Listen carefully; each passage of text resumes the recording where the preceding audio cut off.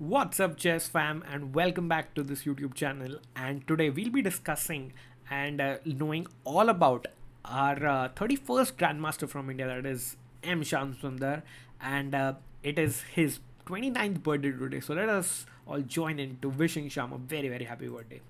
Grandmaster Shyam Sundar was born on this day on 1992.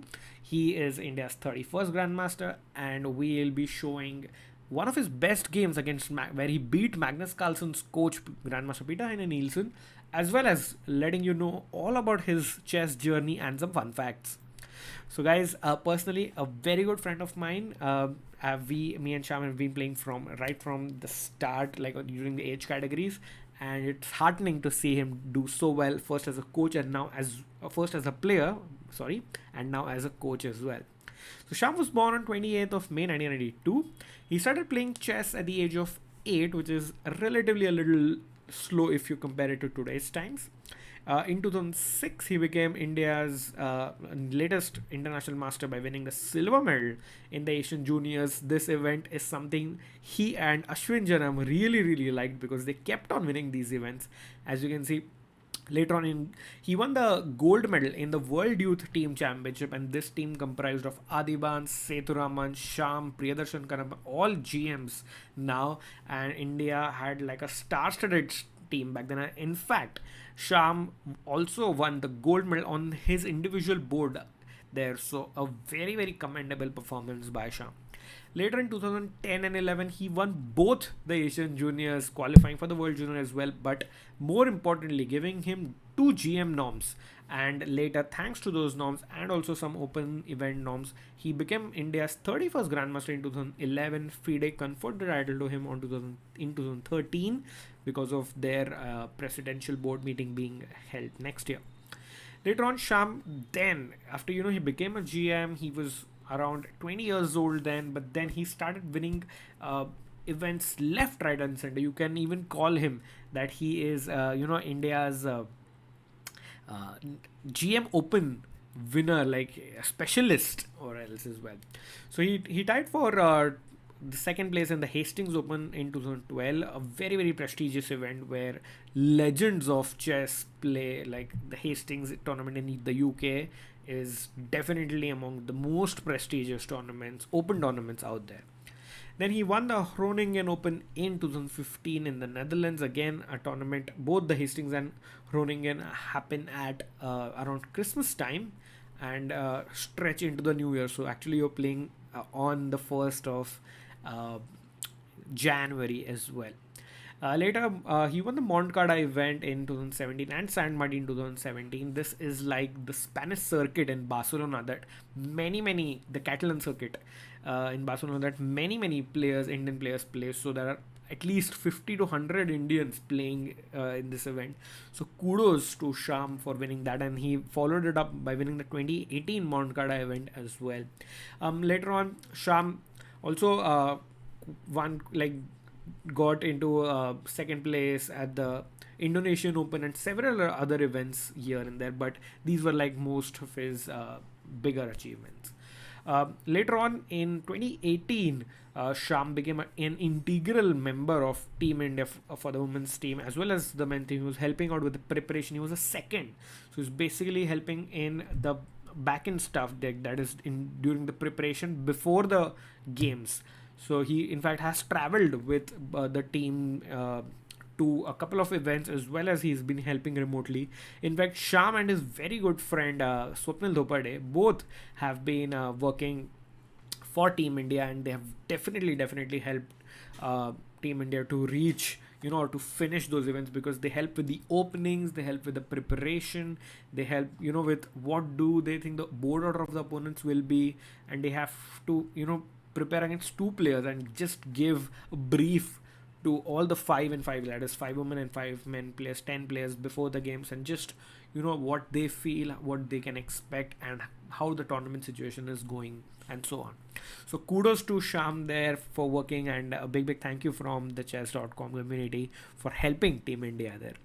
And recently, Shyam launched his own chess academy, Chess Thulir, where he trains India's top stars as well as some of the upcoming stars. And even if you want chess coaching, you can check their website or write in an email. I'll put the link in the description so that you can also check out Chess Thulir as well. Now, guys, the moment for Sham's one of his best games and his quicker wins, especially against a star player like Peter Heine Nielsen, who is more widely known as Magnus Carlsen's head coach or head trainer, as well as Vishy Anand's second back in the day.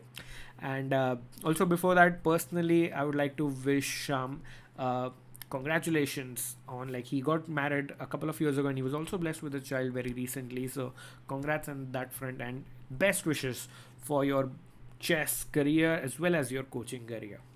Let's join in with his best game now. So Sham is playing the white pieces here against Grandmaster Peter Heine, and he is a legend of the game. So Peter Heine has been working for Anand as well as Carlsen for about 10 to 12 years now. So definitely one